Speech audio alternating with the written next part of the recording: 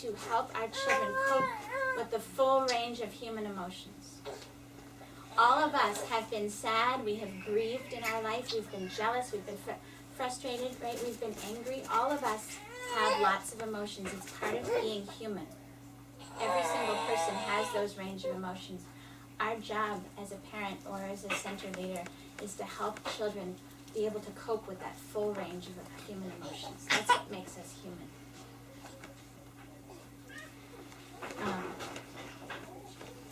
So here's another idea of, you asked about ways to get that anger out. Another one that's really popular is if you have old paper, old newspaper works well.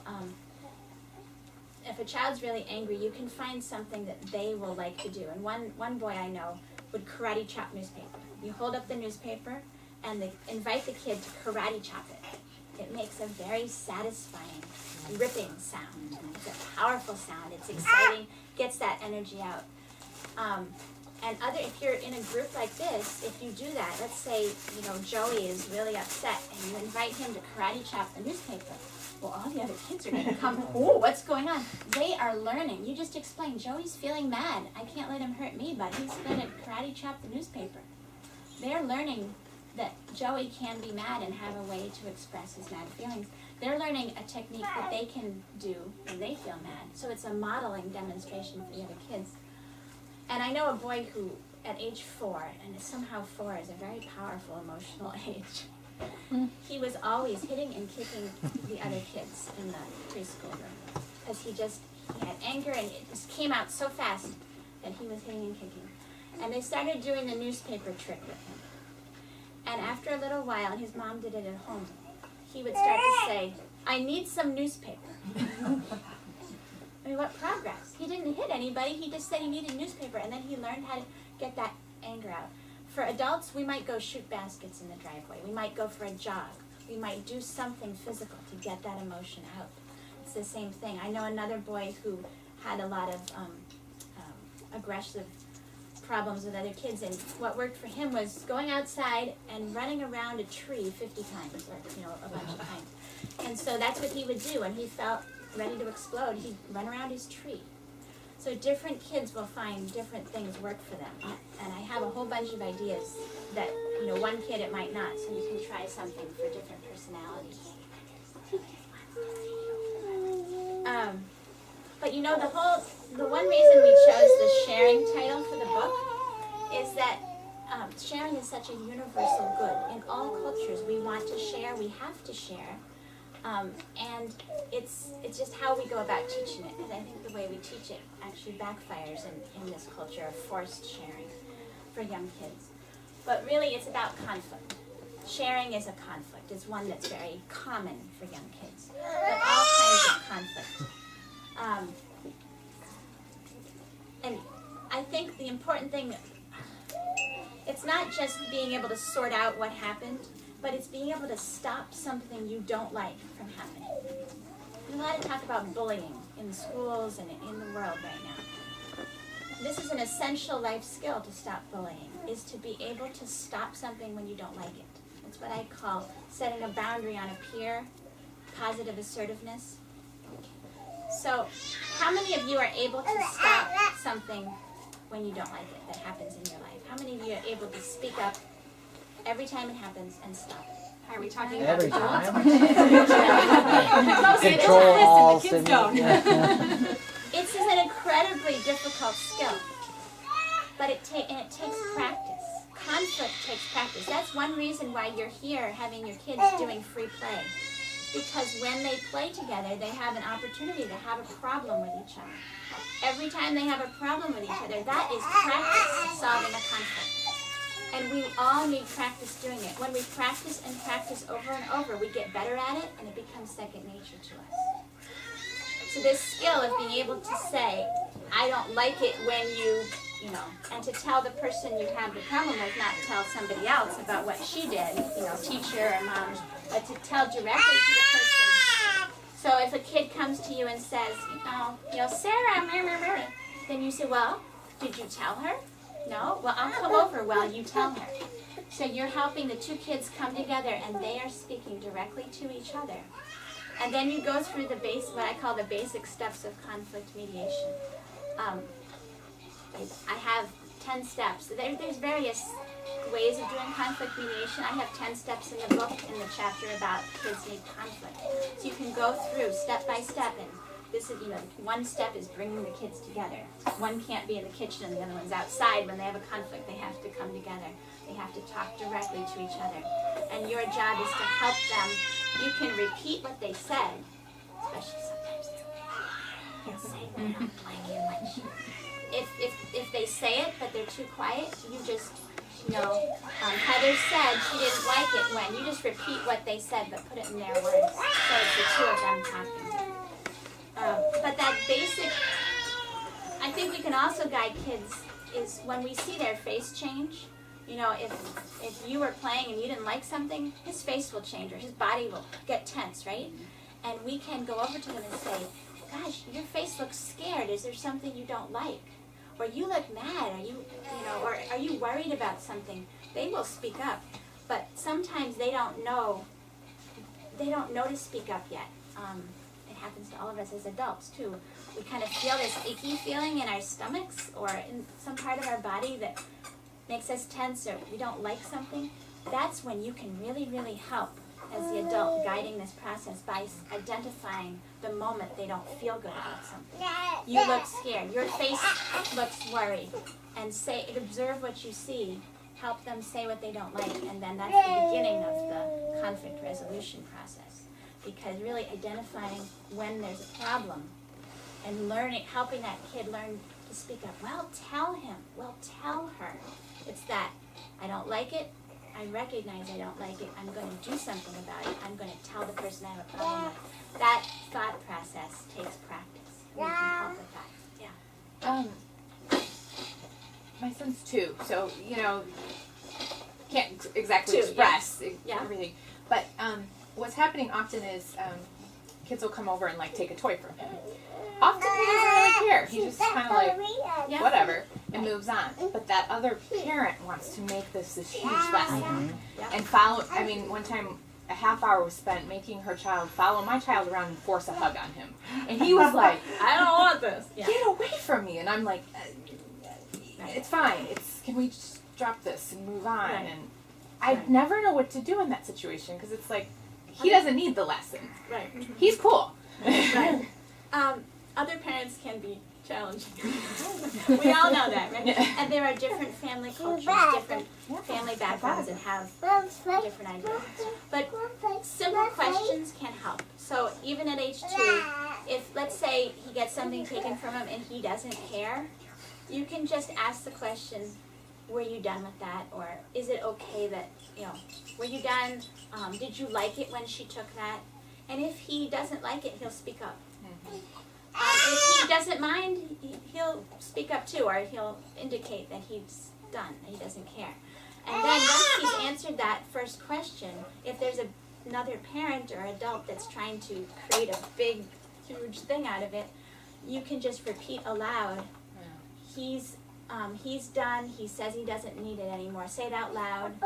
And I call that parenting aloud or sportscasting. If you say everything aloud, then the other parent hopefully picks it up. And if they don't pick it up, you can turn to them and say it again. I asked him, he said he was done. Let's ask him again. Are you done with it? Yeah, I'm done. So, but it's hard because, especially with sharing, we move in really fast. You go to a children's museum, those other parents are so keen on having their kid well behaved and not, doing something to your kid, that half the time the opportunity is just, it happens and you just let it go because it's too fast. But if you see it happen and you can do that, it can help stop the whole. And just asking the simple question, did you like it when he did that? Are you okay? Are you done? Checking in with that question.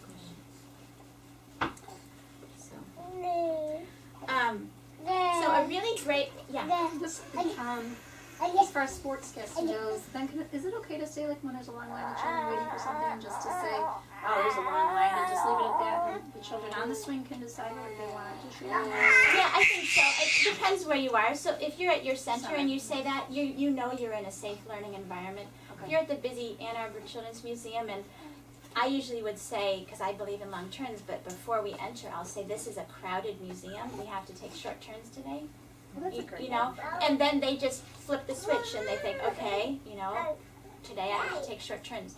Some days at the playground, we have the place to ourselves. Some days we don't. So I make the observation either ahead of time or when it starts to get crowded. And they can, if kids are allowed to have long turns most of the time, they are really easy to switch to short turns. If they don't get a chance to ever use something till they're truly finished, they resist more. But I think that what you mentioned is healthy because it helps create awareness of others. And if the kid is waiting and you've had this swing for 2 hours and this kid is really wanting their turn, it's just fine. It's healthy for them to come up and say, gosh, I'm really waiting, and you've had it since before lunch and I've been waiting and waiting. For that child who's having a long turn to realize that their actions have consequences on other kids is part of the learning. They may not give it up yet, but they are thinking about it. They're processing it, and they are becoming aware that their actions are impacting someone else and that someone's mad or angry at them, and they usually change their behavior, but maybe not instantaneously. Speaking of parks, what about when your kid's the one going up the slide and all parents are like, slides are going down? And Again, it depends how crowded it is, but things like that, I'll say to my kids, you know, if I might make an observation. I see a lot of kids at the park today. You'll have to just, you know, decide if it's safe for you to go up. I see a long line of kids coming down. Sometimes I just let them have the conflict and see how it happens. But it depends. It's more of I usually go with the observation than the firm rule of you can, you can't, but try to be aware of the other people. It depends on, people can get really, things like going up the slide is something that I think gets more comments than anything. So, I think if kids, the whole thing is so that they don't get bumped into or they don't hurt somebody else. So if your kid is 1.5 or 2 and not able to grasp that, it's a different situation than if you have a 5-year-old. well, I think it stresses other parents out at the park. So my kid's going up, so now their kid's going to start going up or take off their shoes or do what I'm allowing my kid to do. So now you feel Sometimes like, saying to the other parent, it's okay with me if it's okay with you. right. For example, stick play. We do tons of stick play. In fact, I think we could get rid of all the toys in our house and only have sticks. So, but a lot of parents are very terrified of sticks. But sometimes if you just say, it's okay with me if it's okay with you, or at our house, it's okay, sometimes that sets it. It's mostly people want to be nice. So if you let them know that it's okay and that you're being nice, allowing this sort of behavior, then usually, a lot of times that relaxes the nervousness and the pressure. And sometimes that doesn't do it. And so if I say, it's okay with me if it's okay with you, and they say, well, it's not okay with me, then maybe I'll help my kids go through that and say, this mom is really scared someone's going to get hurt. So what can you do to make her feel safe? Because we're always about trying to help people feel safe. We have toy weapons like a toy sword, and my 5-year-old is just really, I think he pities adults because they just can't understand. It's just a toy. And so when we get near the edge of the school, we walk to school, we're getting near the school grounds, I say, remember, the grown-ups think that's real and they'll get scared it's going to be real. And he said, oh yeah, right. So he stuffs it down in his pants, in his underwear. And because he realizes that, oh yeah, those adults can't tell that it's just a toy. So help it, but we need to make sure everybody around us feels safe. So if the going up the slide makes people not feel safe, then we just acknowledge to our kids, this mom or this dad, it doesn't feel safe going up the slide. So what can you do to make them feel safe? And then they will figure out, oh, well, I'll play on the swings. I mean, they figure it out. One of the things that came to my mind too when you were talking about the child who is taking a long turn and he or she is becoming aware that others are waiting and thinking about it. Let's just say that particular child relishes the fact that others are waiting, and it's about power for them. Like, I have the power to decide when you can. That's a legitimate reason too. It's a need they have to feel powerful. And my line of thought, and I don't know if your research has found this as well, is that the more you let them feed that need for power, the quicker it goes away. Yeah, because you're meeting their needs. Yeah. So if your child is hungry, you meet their need, they're not going to be hungry, right? If they have a need for power, there's a whole chapter I have about power. Power activities and ideas for giving kids powerful activities to do, which could be important roles in the house, like laying the table. That's a powerful thing, is to help to contribute to the family. So is taking rocks and throwing it in a lake. That's a powerful activity because it goes splat and it makes a really powerful sound. There's a whole bunch of powerful things, including chase games and jumping on bubble wrap is powerful. Pushing heavy logs is powerful. There's powerful actions like that. There's powerful roles like playing firefighter. That's a powerful thing to do. Playing teacher, playing mom, playing dad. Those are powerful roles. So the more that let's say a kid is trying to take a long turn, as she said, because they have a need for power or control, then give them ways to have power and control in their lives. They're not going to be in control of their bedtime or what they're eating for supper or when they're taking a nap. You're in control of that, but give them places where they can have power. And when they have chances to feel powerful, their need to feel powerful over inconsequential things tends to go away. And some kids really need to feel powerful. I can remember on my first day here, one of the kids wanted the entire bag of the little plastic balls, and he just carried it around with him, and he wanted everyone. And I remember you saying to him something about, because he wanted to do something where he couldn't take it, and I'll protect that for you. We'll put it over here, and it's yours. Wow, that's it never occurred to me that it would be okay to just have it and protect it, and you need to have it without doing anything with it. Good to know I'm putting theory into practice. Sometimes I wonder. I was like, why? It's okay And to kids just have can it and not respect that. use You it can and have a little sign that says "Save for Sarah," and the kids can't read. They can't write, but they see there's a sign and they understand that it has meaning, and they'll say, "What does that sign say?" And you'll read it to them, and they oh, okay. And if they really want to do or not do, whatever the sign says, then they can figure out a way. There's my mom's school has a lot of clubhouses, little tents and things, and everybody has a little house. Maybe they're playing that day. So these two girls made a little spot for themselves with a blanket, and they labeled it Molly and Amanda's house. No boys allowed and no tigers allowed. And then they were playing together. And along came a boy wearing a tiger suit. Nice. And he wanted to play with them because it looked like a neat little house, and he wanted to be part of the game. And so the teacher said, well, I'll read you the sign. There's a sign here. It says, Amanda and Molly's house, no boys and no tigers. And he said, well, I want to play. So the girls came out and they talked. And they said, well, the teacher guided the conversation, and this is in the book, these kinds of things you can say. If Ben comes in, what will happen? Or what would you be worried about if Ben joined your game? And they said, well, he'll growl at us. We don't like growling. We don't like loud noises. So Ben, are you going to growl? Nope, not going to growl. Oh, well, can he come in if he doesn't growl? Yeah.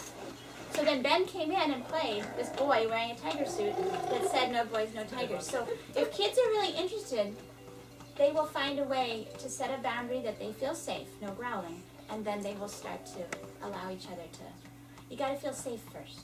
It's a fundamental rule of being human. If we're not safe, we're not going to sit in this room together. We're going to go fight or flight. We're going to feel safe. So it's a basic. So I want to get into a great way to a great way to practice conflict mediation, which is roughhousing. Because when you roughhouse, there's conflict almost always comes up right away because it's very physical, very high energy, very risk-filled play. So if kids learn about peace by having problems, roughhousing will bring some problems out. When I give these talks, a lot of women will come up to me afterwards and say that they're still bitter about having to share with their sister all those years ago. But a lot of men will come up to me and say that they were told that they were bad as a kid because they had to move their bodies. That the motion was a big deal, and because they had to move, They were always being told, mostly by female teachers, female babysitters, female parents and grandparents, that they were bad because they had to move their bodies. Motion is very big for all young kids, but it's especially important for boys, and they've done studies. Boys actually move more than girls, and the peak time of movement is about age 7 or 8 for boys. So just the time when we're going to school and say, sit down and be quiet, that's when their bodies are telling them, move! And young kids move an awful lot. So the best classrooms have space for big muscle play, and I noticed you have an indoor space. But we don't have any wrestling mats, so if anyone wants to, you know. She's saying, don't eat wrestling mats. You have beautiful outdoor space. Space is highly, highly important, and it's often cluttered up by too many chairs and tables. But being able it's a fundamental right, I think, for a child to have access to a place to use their big muscles at all times, unless it's nap time or something like that. A lot of physical play is the way that children make friends. This is especially true for boys. So, and I want to pick on guys, but a lot of times there's a lot of bumping into each other, or grown-up men, high fives, or kind of, this physical touch is part of how male humans make friends. A lot of young girls, if you watch your little girls, talk. And that's not all true, but in big generalizations, the boys tend to need physical contact to make friends.